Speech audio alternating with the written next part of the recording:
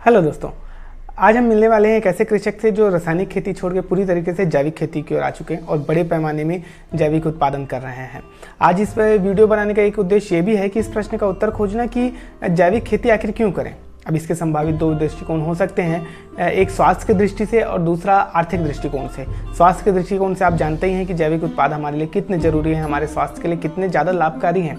आजकल diabetes, blood pressure इत्यादि बीमारियां तो बहुत कॉमन हो गई हैं। अगर किसी आदमी को ये बीमारियां ना रहें, वो थोड़ी ज़्यादा उम्र का है और ये बीमारियां ना रहें, तो लोगों को आश्चर्य हो जाता है कि उसे बीमारियां कैसे नहीं हैं। आर्थिक दृष्टिकोण की अगर बात करें तो हम इस इंटरव्यू के माध्यम से ये जानेंगे कि ये किस तरह से संभव है, जैविक खेती क्या सचमुच में लाभदायी है, कितनी लाभदायी है इत्यादि। इससे पहले कि हम आगे बढ़ें, चलिए थोड़ा सा जैविक खेती के बारे में जान लेते हैं कि विश्व बाजार में इसकी क्या स्थान है, भारत में ये अपना ये क्या स्थान रखता है। चलिए दोस्तों शुरू करते हैं। दोस्तों अगर विश्व बाजार की बात करें तो 2024 तक ये बाजार 323.56 बिलियन US डॉलर का होने वाला है। वर्तमान में अमेरिका की 40% हिस्सेदारी ऑर्गेनिक मार्केट में है और वैसे ही 33% हिस्सेदारी यूरोप की है। इसलिए अगर आपको लगता है कि जैविक खेती एक अवैज्ञानिक खेती है या सिर्फ गाय गोबर की खेती है, तो मेरे ख्याल से आपको इस विषय में पुनर्विचार करने की ज़रूरत है। भारत के संदर्भ में बात करें तो 1.1 मिलियन फार्मर्स हैं जो सर्टिफाइड ऑर्गेनिक फार्मिंग करते हैं। पूरे विश्व का लगभग 30% ऑर्गेनिक प्रोड्यूसर हमारे पास है। 2017-18 में 515 मिलियन डॉलर का ये मार्केट था और अभी वर्तमान में 2020 में लगभग 750 मिलियन डॉलर का ये मार्केट हो चुका है। मेरे ख्याल से ये जानकारी वर्तमान के लिए काफ़ी है। चलिए इंटरव्यू की ओर चलते हैं। जाते जाते आपसे एक अनुरोध है, ये वीडियो पूरा देखिएगा, आपको हर मिनट में एक नई जानकारी मिलने वाली है। चलिए दोस्तों शुरू करते हैं।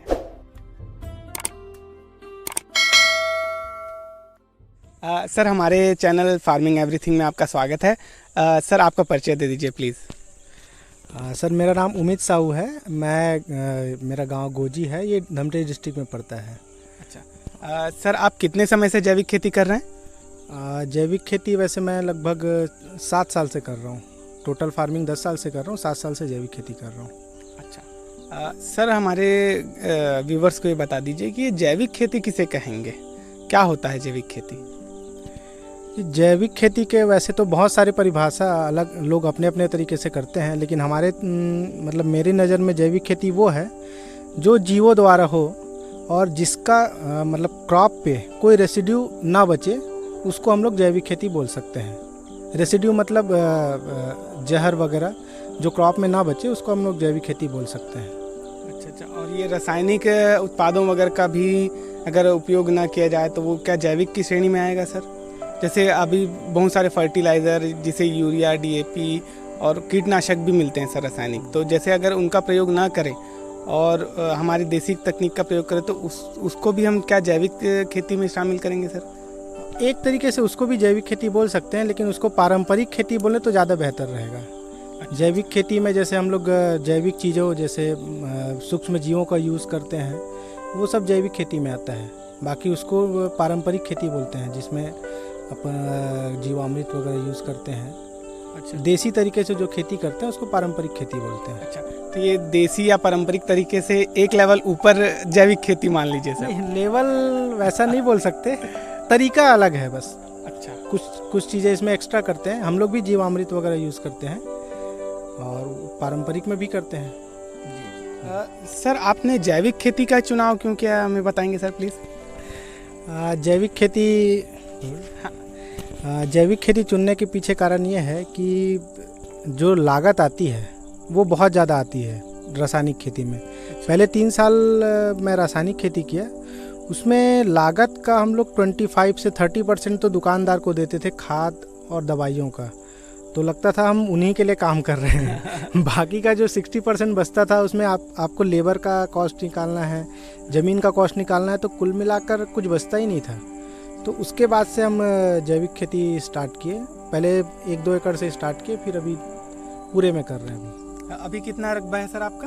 अभी जैविक लगभग 42 एकड़ का है। अच्छा सर, ये बताइए कि जैसे आपने अब कॉस्ट की बात करी है, तो ये जैविक खेती आर्थिक दृष्टिकोण से कितनी लाभदायी है सर हमारे लिए? अब इसमें खर्चा काफ़ी कम हो जाता है और दवा मेन रासायनिक खेती में दवाइयों का खर्चा ही मेन रहता है, बाकी तो खर्चे तो लगेंगे ही, जो हार्वेस्टिंग का हो गया, रोपाई का हो गया, वो सारे लेबर चार्ज तो सेम लगेंगे। दवाइयों का खर्चा बहुत ज़्यादा हो जाता है, वही हमारे जैविक खेती में बचता है।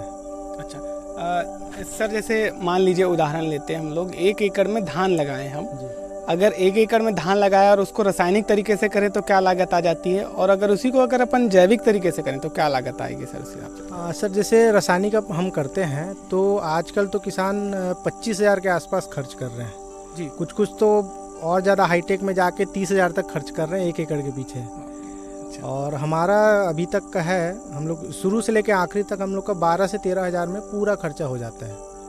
अच्छा। इसमें सारा चीज़ रहता है, स्टार्टिंग से खेत तैयारी से लेके धान बेचने तक हम लोग का 12 से 13,000 प्रति एकड़ का खर्चा आता है। चलिए लगभग 50% कॉस्ट कम हो जाती है। कॉस्ट कम हो जाता है, हमारा यील्ड उनसे कम आता है, लेकिन अल्टीमेटली आप उसको तुलना करेंगे लॉस और प्रॉफिट से, मतलब प्रॉफिट क्या आया, तो हम लगभग बराबर रहते हैं। थोड़ा बहुत कम हो सकते हैं हम, लेकिन एक रिस्क फैक्टर उनका ज़्यादा रहता है, हमारा कम रहता है, तो हमारा प्रॉफिट थोड़ा उनसे कम रहता है, लेकिन लगभग बराबर हम प्रॉफिट ले आते हैं। सर ये बताइए कि जैसे कोई किसान भाई जैविक खेती करना चाहता है तो क्या उसको कहीं से प्रशिक्षण लेने की ज़रूरत पड़ेगी, या इसके बारे में कैसे वो जानेगा, कैसे कर सकता है वो जैविक खेती? सर खेती प्रशिक्षण ले तो बहुत अच्छी बात है, खेती खुद के अनुभव से की जाती है। आप जैविक खेती बहुत सारी विधियां हैं, आप कोई भी एक विधि चुनें, उसका प्रशिक्षण ले और उसको खेतों में अप्लाई करें, आपको ज़रूर उससे फ़ायदा होगा। बिना प्रशिक्षण के आप आएंगे तो हो सकता है आप दूसरे का देखेंगे कि कोई 0 बजट में कर रहा है, अरे आप उनका सुनेंगे तो आप उनकी तरफ जाएंगे, फिर कोई साकेत ट्रेनिंग वाले देते हैं, साकेत की तरफ जाएंगे तो आपको उनका अच्छा लगेगा, आप उधर भागेंगे, तो ऐसा आपका मन वो होगा। उससे अच्छा कोई एक विधि चुनिए, उससे ट्रेनिंग लीजिए और उसको अप्लाई कीजिए। अच्छा, यानी प्रशिक्षण पहले ले लें उचित, पहले समझ लें, जान लें, उसके बाद फिर इस विषय पे जरूरी है कि 0 बजट में क्या होता है, जैविक में क्या होता है, पारंपरिक में क्या होता है। अच्छा जी। पहले सही तरीके से समझें, जानें, थोड़ा रिसर्च करें, उसके बाद फिर जैविक खेती में आए। हमारा पारंपरिक खेती भी बहुत अच्छा खेती है, उसमें अपन आसपास की चीज़ों से ही यूज़ करके खेती करते हैं, वो भी बहुत अच्छा है। जैविक खेती भी अपनी जगह अच्छा है और 0 बजट भी अपनी जगह अच्छा है, सबका अपना अपना मेथड है, तरीका है, और उसी के हिसाब से करते हैं। अच्छा, और वैसे ही फ़ायदा भी होता है। सर जैसे कोई किसान भाई रासायनिक खेती छोड़ के अब जैविक की तरफ आना चाहता है मान लीजिए, तो वो क्या तरीका होना चाहिए, किस तरह से वो रासायनिक को छोड़े और जैविक को अपनाएं? सर जैसे आप रासायनिक कर रहे हैं और आप हमारे ज़मीन को तो खाद चाहिए कोई सा भी तरीके से, लेकिन रासायनिक को आप एकाएक बंद नहीं कर सकते। जो खाद देने का तरीका है उसको धीरे धीरे कम कीजिए। आप जो केमिकल कहना चाहिए इंसेक्टिसाइड डालते हैं, फंगीसाइड डालते हैं, ये सब चीज़ों को रिप्लेस कर सकते हैं आप पहले साल। जैसे कोई भी बीमारी हो रहा है आपके खेत में, फंगल डिसीज़ है या किसी बैक्टीरिया की वजह से कोई डिसीज़ है, तो आप सीडोमोनास का यूज़ करके उसको मतलब कंट्रोल कर सकते हैं। ये एक फंगस है जो ये सारी चीज़ों को कंट्रोल करता है। अच्छा, यानी एकाएक छोड़ना है समझदारी नहीं होगा सर, धीरे धीरे? नहीं, आप कीटनाशक और फंगीसाइड वगैरह जो दवाइयाँ डालते हैं उसको एकाएक छोड़ सकते हैं। खाद को आपको स्टेप बाय स्टेप, जैसे पहले साल कर रहे हैं तो आप कम से कम 80% खाद डालिए, 20% कम कीजिए। उसके जगह आप गोबर खाद डालिए, कंपोस्ट डालिए, केचुआ खाद डालिए या जीवामृत डालिए। ऐसा धीरे धीरे करके खाद को कम करना है, क्योंकि खाद को अगर एकदम से बंद करेंगे तो ज़मीन को, क्योंकि वो पूरा कहना चाहिए बहुत हार्ड हो चुका है और फर्टिलिटी बहुत कमज़ोर हो चुकी है, तो एकाएक खाद को बंद करने से बहुत लॉस होगा। अच्छा, तो यानी कि खाद को एकाएक बंद नहीं करना है, उसको 80% यूज़ करना है पहले साल, उसके बाद अपने हिसाब से उसको धीरे धीरे कम करते जाना है। आप कितना मेहनत कर सकते हैं उसके ऊपर है। अच्छा, जैसे आप अगर जीवामृत के तरीके से जीवामृत डालना चाहते हैं तो आप कितना 15 दिन में डालेंगे, 21 दिन में डालेंगे कि हर हफ्ते डालेंगे, उस पर डिपेंड करता है कि आपको खाद कितना कम करना चाहिए। अगर आप हर हफ्ते जीवामृत या वेस्ट डिकम्पोजर या गौ कृपा अमृतम डालना चाहते हैं हर हफ्ते, तो आप 50% कर सकते हैं पहले साल से ही। अच्छा जी, खाद को, लेकिन 100% नहीं छोड़ना है पहले साल। अच्छा, धीरे धीरे स्टेप बाय स्टेप यानी हमको छोड़ते जाना है, कुल मिला के ये है। और आप जितना ज़्यादा जैविक को इन्वॉल्व कर सकेंगे उतना रासायनिक कम करते जाइए। ये जैसे इसका कोई भी अपन रासायनिक खाद यूज़ करते हैं तो उसको डायरेक्ट ना करके उसको पहले कुछ दिन के लिए 2-3 दिन के लिए गोबर या मिट्टी में उसको कंपोस्ट करना है। उसके बाद करेंगे तो वो जो उसके बाद ज़मीन में जाएगा तो वो जो हमारा कहना चाहिए ज़मीन का कंपोजिशन ख़राब करता है वो डायरेक्ट ख़राब नहीं करेगा। वो प्लांट उसके बाद उसको सिर्फ फर्टिलाइज़र के रूप में लेगी। अच्छा, ऐसे हम लोग डायरेक्ट डालते हैं तो उससे ज़मीन का कंपोजिशन बहुत ख़राब होता है, माइक्रोब्स का जो डेंसिटी है वो लो होता है, ऐसा बहुत सारा नुकसान है। उसको हल्का सा कंपोस्ट कर देंगे मिट्टी या गोबर के साथ, उसके बाद खेत में डालेंगे तो वो नुकसान नहीं करेगा ज़मीन को। ये बड़ी की पॉइंट बताया सर आपने। जैसे ये जैविक उत्पादन हम लोग करते हैं, जैसे हम लोग देख रहे हैं धान इत्यादि अभी लगा हुआ है, तो ये जैसे अब धान हो गया सर, तो इसको बेचने के लिए कोई ऐसा दिक्कत तो नहीं होता? क्या मार्केटिंग का कोई विशेष तरीका अपनाना पड़ता है कि कुछ दिक्कत का सामना करना पड़ता है, या किस तरह से इसकी ये क्या आसानी से बिक जाता है सर? बिकने को तो आसानी से बिक जाता है, रेट मैटर करता है। जैसे हमारा ये स्वर्णा धान है, ये हम लोग सोसाइटी में दे देते हैं क्योंकि हमको वहाँ भी अच्छा रेट मिल जाता है।